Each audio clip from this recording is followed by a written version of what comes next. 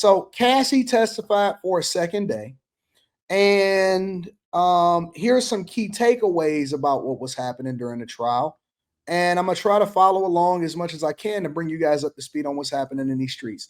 Make sure you hit a like for the algorithm, subscribe to the channel, and turn on your notifications. Let's rock. Today, I was in court for Cassie Ventura's second day of disturbing testimony against Sean Diddy Combs. And inside courtroom 26A in Lower Manhattan, the jury saw for the first time direct material from these so-called freak-offs that she says she was forced to endure.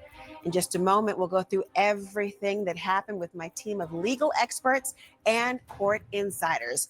But first, let me bring you inside of this courthouse. You know what it feels like. I mean, the jury had a whole night to process the disturbing details of these freak-offs that were laid out yesterday through the eyes of Cassie Ventura.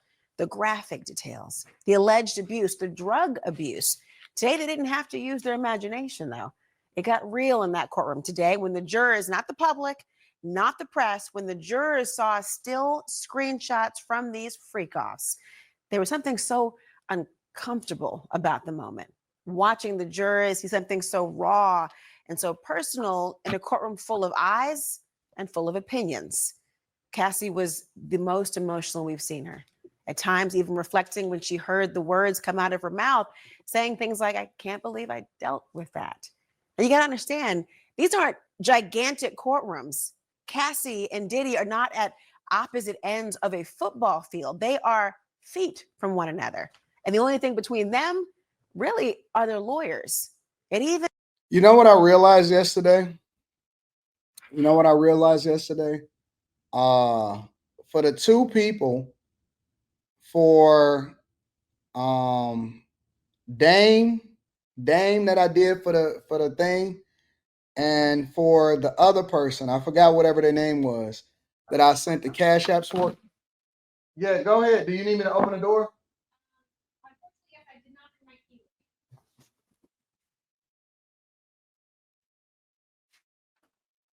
Didn't bring my key. We're gonna go ahead and get it switched out for you. So typically, yes, you would just plug it in there to charge. But we're gonna go ahead and switch it out. You know what I realized yesterday, y'all, is that I actually sent them $200 a piece instead of $100 a piece. So I just realized that. But congratulations to you guys. Apparently, you guys benefited from it. So shout out to y'all. Hey, and y'all, was y'all gonna actually tell me that I had sent y'all $200 instead of $100, or y'all was just gonna go ahead and take that dub? Just curious. Was y'all gonna take the dub and not say nothing? Or was y'all just like, yo, oh, he must have just was being extra blessing?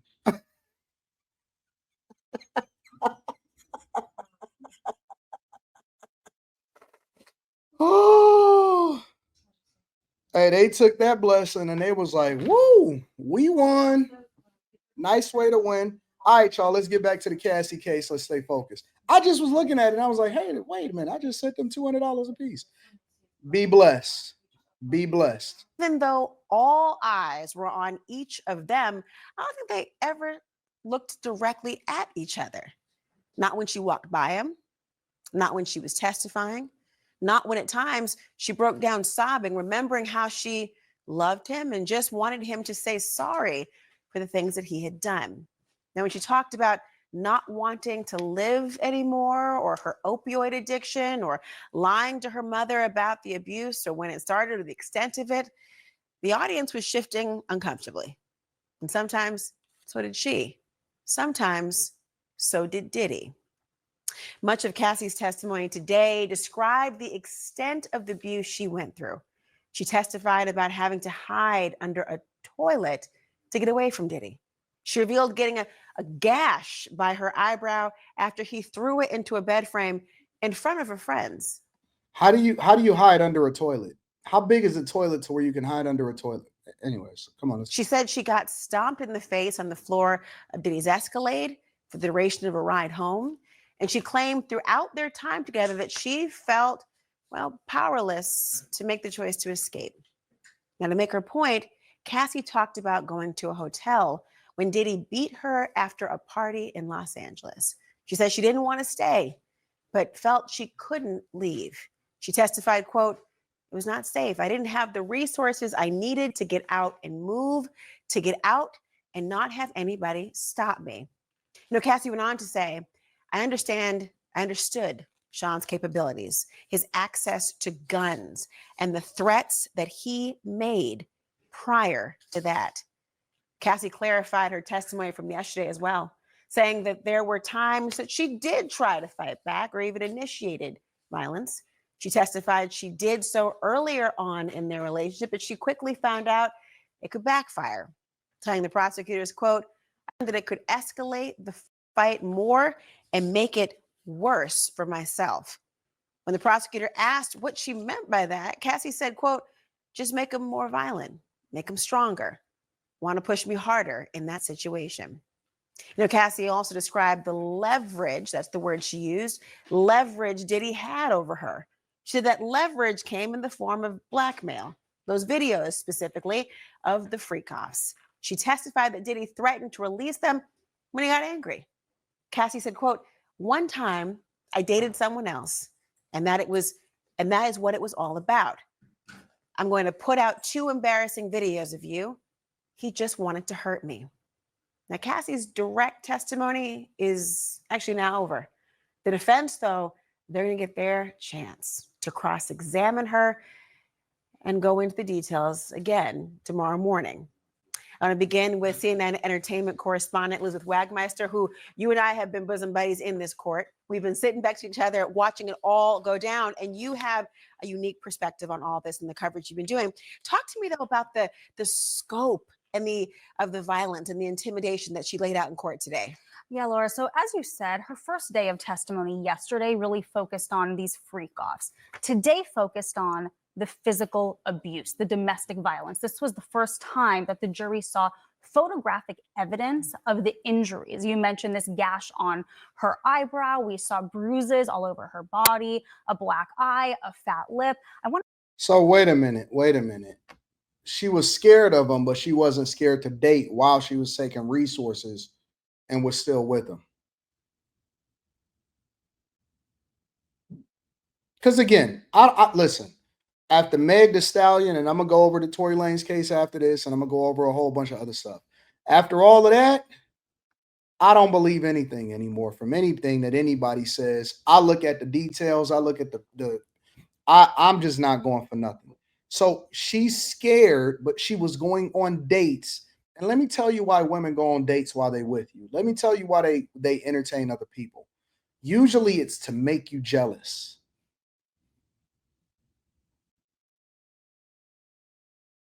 I'm telling you the truth. The reason why women do certain things, and I don't doubt even for a minute that Diddy did some of the stuff that she said that he did 100%. I think that she also did some stuff. It was participatory. I think that they were toxic towards each other. She even admitted that she would initiate the violence and would do some stuff to him. But see, the problem is the reason. Then she said, well, I would initiate the violence in order to do what? So you was beating on him, you was putting your hands on him, you was slapping on him, you was jealous because he had other women, and he never hid the fact that he always had a bunch of different women aside from you, in addition to you. And so you would initiate the violence, but you're not talking about the extent of the violence that you did. They were toxic together. She was over there doing stuff she knew would make him jealous. She going out with people that she know that he know in order to try to show up, knowing that he gonna find out. She living in his houses, had multiple different places and apartments of her own. You in the whole toxic situation, I'm just not going for it, fam. Y'all, yes, they both doing drugs. They both doing freak offs. They both out here in the streets. Oh, because you now getting depressed because you woke up and they was peeing in your mouth, which is something that she testified by. And I just couldn't imagine being a husband and they're like, oh yeah, baby, I really do love you. I support you. I'm never going to get the vision of you getting peed in your mouth out of my mind and you just really just rocking out. It's crazy. This is crazy to me. I want to walk you through just some of the instances that Cassie brought up when she testified today. One time she said that she and her girlfriends, they went to Prince's party. Yes, the musician Prince. Diddy was there. He didn't know she was going to be there. He got angry and she said, quote, he beat me up. She said that after they broke up in 2018, that he raped her in her living room at her home.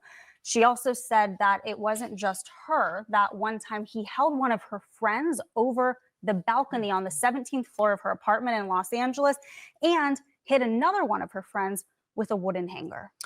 And she lost that friendship. That was our best friend of 17 years she described, and then they don't communicate any longer. I'm curious to see how the prosecution might develop those connections a little bit more fulsomely. But also, she was dating somebody who we know, in the music world is Kid Cudi. He came up today. He did. So Kid Cudi, he is a rapper, and him and Cassie dated about 15 years ago. It's when her and Diddy were in a rough patch of their long-term relationship. Now, this actually first came up in Cassie's lawsuit. You remember she filed back in November. It was in a rough patch of her long-term relationship. Yeah, rough patch. 2023, that's what started this domino effect of the civil allegations against Sean Combs. Now, in her lawsuit, she alleged this, incident that she said where Sean Combs found out that she was dating Kid Cudi. He got jealous, told her that he was not happy about it, said he wanted to hurt both of them, and that he wanted to blow up Kid Cudi's car. Well, according to the lawsuit, and now according to her testimony today, we heard it from her for the first time, his car did blow up. And I have to tell you, around the time that our lawsuit came out, Kid Cudi actually confirmed this to the New York Times, saying it's all true. I mean, the expanse of what we heard today, what the jury is hearing today, this is before the cross-examination. But one thing that they ended on in her. Somebody in the chat says, Clips 914 says, 80, there's only one thing that matters here, brother. And that is if any of the testimony or evidence produced proves that there was any unlawful activity. Let's not forget the point of the trial. No, that's not what it's for. It's not to prove if it was any unlawful activity. There's plenty of unlawful activity, but that's not the things that he's being charged for. He's not being charged for domestic violence. He's not being charged for being jealous. He's not being charged for drugs. He's not being charged for any of this stuff. He's being charged for racketeering, okay? And he's also being charged for trafficking, meaning that he's bringing people across state lines against their will in order to bust them down. Those are the things that he's being tried for. Those are the things that they're trying to convict him of. Let's remember exactly what it is. It's not about any unlawful activity. It's about whether or not he's actually doing things against the law that would substantiate whether or not he deserves the charges that's being levied against him on a federal level. Right? That's what we're talking about. That's what we're talking about. So if you're telling me that her getting peed in the mouth or whatever, as nasty as it is, that they got a whole bunch of baby oil, that she made some phone calls and they got some people in there and they busting it down for real and they having freak offs and all of this stuff, I don't see it. Do he got a demon? Do he got a sex demon on him? A king demon? 100%. I don't think that anybody is debating that. I don't believe that anything that they're saying actually justifies the charges that is being levied against him. I just don't. I don't. I could disagree with it. I could think it's immoral. I could never do it myself. But do I think that this substantiates racketeering or something like that? I don't see it. I just don't see it, bro. So no, I disagree with you 100%. Testimony. It's emotional. It's a lot of crying. And I don't even believe what she's saying. I don't believe 100% what she's saying. Correct, of course, the prosecution wanted to get out why she was choosing to testify. And I tell you, people were leaning in at that moment to see what she would say. Why?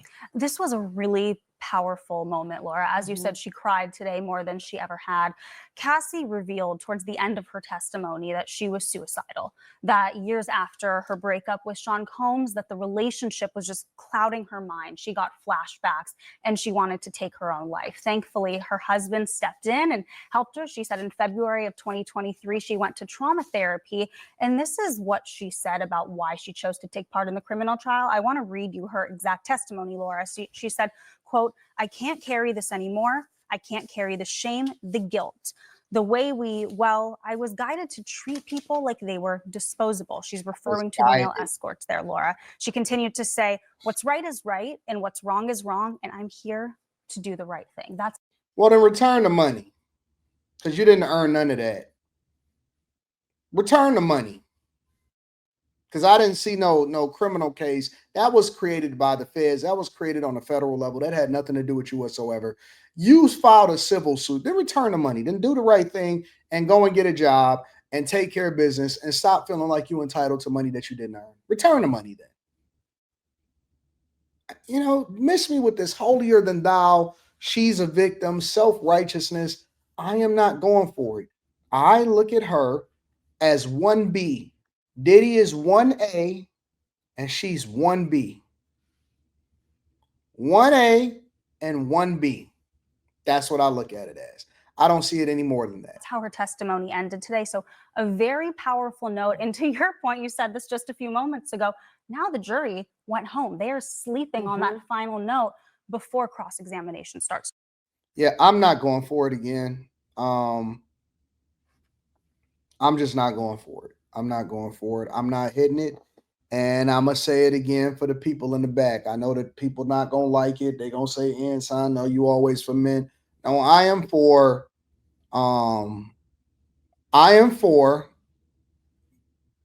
our legal and our justice system actually getting it right. And they getting it wrong over and over and over and over and over again. Let's look up what RICO means, all right? Because somebody says, no.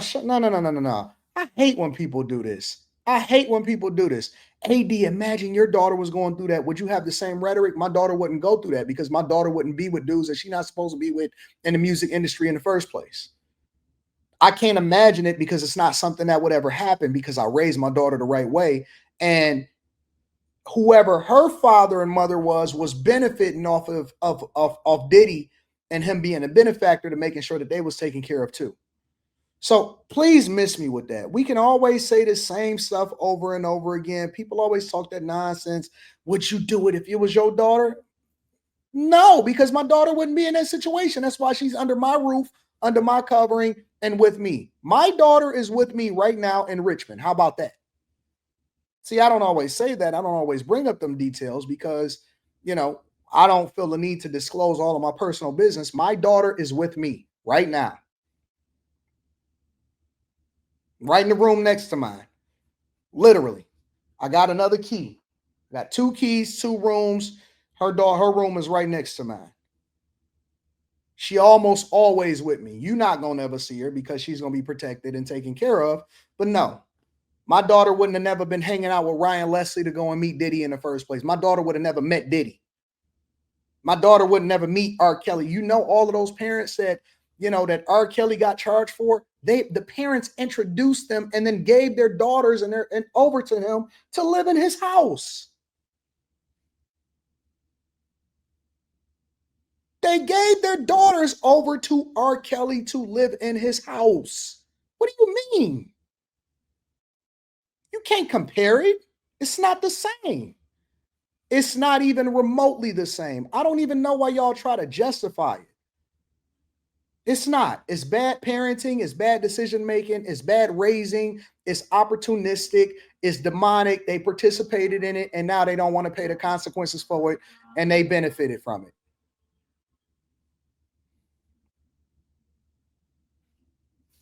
They always try to make it a 1-for-1. It ain't a 1-for-1. Some people protect their child. People all in it. See, we never talk about the parents that actually took their kids over to R. Kelly's, do we? We don't even talk about that at all.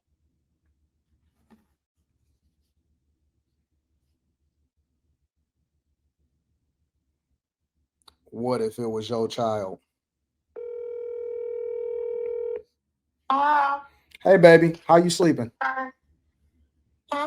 How you resting? I'm cutting weight right now. You cutting weight? Everything good? Yeah. What time you got to go to the competition? I mean, got to go to weigh in. I think 3. Okay. What you want to do after that? I don't know yet. Got any homework you need to work on? No.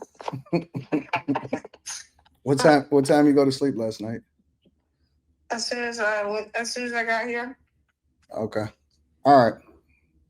Alrighty. All right. Bye-bye. That's where my daughter is. That's where my daughter is. Next door. Adjoining rooms. Getting rest, cutting weight, preparing for her competitions, about to go in, doing kid stuff, not adult stuff. Kid stuff, not adult stuff. Very well taken care of. I'm sitting there talking about, thinking my kid would be out there. Y'all want y'all kids to be stars so bad. Oh, we gonna make her a star. Keep taking them on Dance Moms. Dance Moms. Want them to be on TV. Get out of here. Anyways, make sure y'all hit a like for the algorithm, subscribe to the channel, and turn on your notifications. I'm she right next to me, seat right next to me. Always got to be right next to me. Keep your daughters close. Keep your sons under your covering. Keep your daughters close and keep your sons under your covering. My daughter can't even have a YouTube channel. Cannot have a YouTube channel. Nope.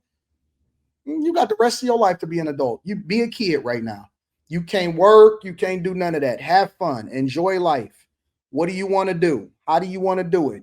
Hey, let's go to this park. Let's go to this. Let's go to that. Oh, you want to go to your competition? All right, we're going to all go together. We're going to all go together as whatever we doing, we're going to go as a group. We going as a group. We stay in pairs. Stay in pairs where somebody is next to you can hold you accountable for your bad decisions. No solo activities, no going by yourself, no doing none of that. All of the girls have to stay in pairs. Oh, you ain't never heard of that before because y'all girls can go out there and do what they want to do. No, women need to stay in pairs. All women need to have somebody with them to hold them accountable, or a friend or somebody that you trust to hold them accountable when they're doing something or when they start to think wrong, because that's how Eve found herself next to the serpent, because she ain't had nobody to hold her accountable and pull her arm. Girl, what you doing? Get your butt over here. Don't find yourself over there in this negative space. They need to be moving in pairs, always in pairs.